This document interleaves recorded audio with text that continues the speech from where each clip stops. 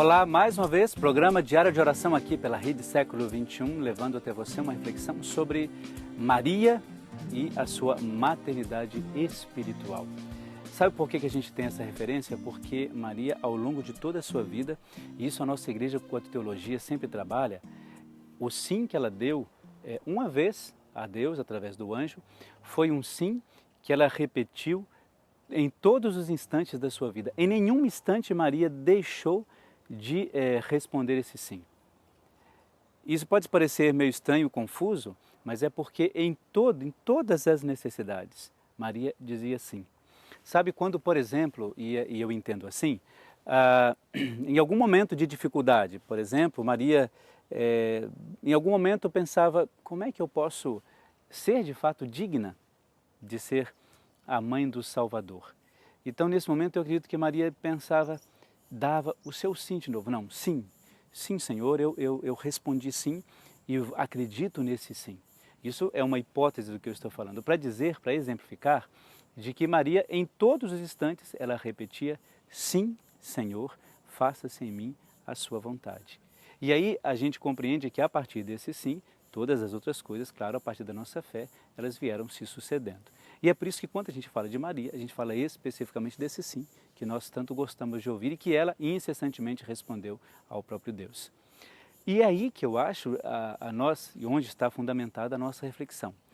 Quando a gente fala de maternidade espiritual de Maria, a gente fala justamente deste sim que ela deu, mas a gente sempre compreende que em todos os momentos, depois, nesse caso, a partir da ressurreição, a partir do cenáculo, a partir da vinda do Espírito Santo, é que Maria viveu de fato essa maternidade para com todos os outros discípulos. Você sabe que na minha cabeça eu sempre tenho, quando a gente vai ler o livro dos Atos dos Apóstolos, eu sempre tenho essa referência, por mais que não esteja escrito em lugar nenhum, por mais que isso não seja dogma da igreja, por mais que a igreja não fale sobre isso, mas eu tenho a impressão de que sempre os discípulos voltavam para conversar com Maria sobre o apostolado, sobre a missão, sobre as comunidades, sobre aquilo que estava acontecendo. Nas minhas orações eu sempre tenho presente isso.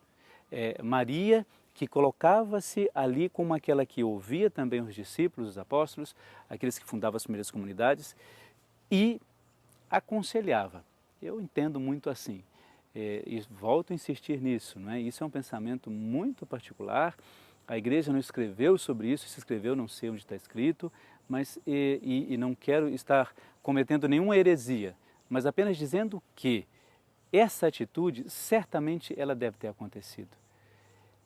E isso quando eu digo que é no meu imaginário, porque quando eu faço as reflexões, principalmente quando a gente reza uma Magnífica, eu não consigo compreender que uma mulher que tem uma força tão grande, em todos os sentidos, desde aceitar a ser a mãe de Jesus, quanto continuar a sua missão até ficar aos pés da cruz, como uma pessoa que tem uma força tão grande, ela certamente, ela acolhia esses discípulos para ouvir como estavam sendo feitos os anúncios, como as pessoas estavam recebendo, como que aconteciam as conversões, como que as comunidades estavam se reunindo, como eram feitas essas celebrações nessas pequenas comunidades, que eram obviamente perseguidas junto com os discípulos. Então eu vejo de fato a presença de Maria nesse instante. Alguém que ouvia e aconselhava. Por isso a maternidade espiritual. E claro, da mesma maneira em relação a cada um de nós. Quem de nós já não reza a sua Ave Maria como esse momento de participar da intimidade dela, não é? Quem de nós? Inclusive o Papa Francisco, neste ano, desde dezembro do ano passado, até novembro deste ano, no ano da misericórdia, no ano santo da misericórdia, ou jubileu da misericórdia, ele tem pedido que em todas as celebrações dominicais ou festivas, que no final da Santa Missa, antes da bênção, a gente faça o nosso louvor naquele momento, ou a nossa lembrança da presença de Maria na nossa igreja, ou seja, essa presença materna, essa maternidade espiritual na vida de cada um de nós. Até mesmo porque ela está, a partir disso, seguindo um pedido do seu filho Jesus. Quando ele lá do alto da cruz, vocês conhecem muito bem essa passagem, ele diz a Maria assim, mulher, eis aí o teu filho. E outro dia a gente até fazia uma reflexão parecida com essa, não é? com essa passagem, a partir dessa passagem. Ela que assume a maternidade espiritual da nossa igreja. Eu acho isso de uma abnegação, de um momento de entrega total. E a gente precisa aprender disso, aprender a partir disso, melhor dizendo.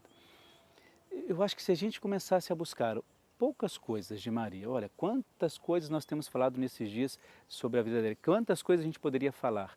Se a gente buscasse um pouquinho de cada uma delas e trouxesse isso para o nosso cotidiano, eu acredito que a gente compreenderia muito maior o amor de Deus, ou aquilo que nós fazemos a partir do amor de Deus, do que se a gente fosse ler grandes livros de grandes estudiosos sobre Maria, né? Sobre a própria Maria. Então, por isso que é importante a gente ter como referência essas pequenas atitudes que ela teve. Eu sei, claro, que por mais que às vezes nós queiramos compreender a totalidade de tudo em relação a ela, a gente não vai chegar a isso. Por mais que aqueles que estudam Mariologia, que trabalham os detalhes, os pormenores da vida dela, e tem alguns escritos muito bonitos sobre ela, sobre a sua vida comum, a gente não vai chegar àquilo que deveríamos chegar. Mas o importante é pedir a ela que ela nos fortaleça, seja sempre a nossa intercessora, para que a gente compreenda cada vez mais os desígnios de Deus na vida dela, para que ela continue sendo o nosso exemplo a ser imitado. Fique então agora com a nossa consagração à Nossa Senhora.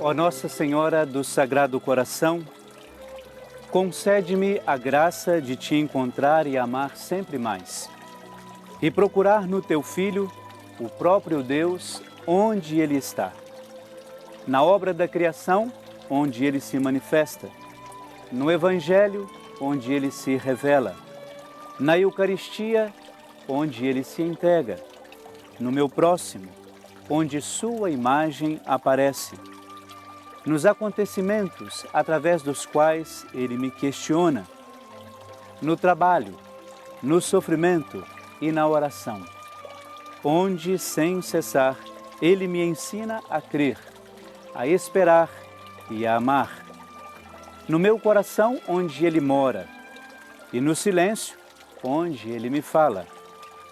Minha Mãe, Nossa Senhora do Sagrado Coração, eu te agradeço por esta grande graça. Amém. Nossa Senhora do Sagrado Coração, rogai por nós. São José, padroeiro e amigo dos amigos do coração de Jesus, rogai por nós. Santa Margarida Maria, rogai por nós. Então, esta consagração, ela é para você que acredita no poder intercessor de Nossa Senhora. E certamente ela intercederá por todos os seus pedidos, por todas as suas aflições e por todas as suas necessidades.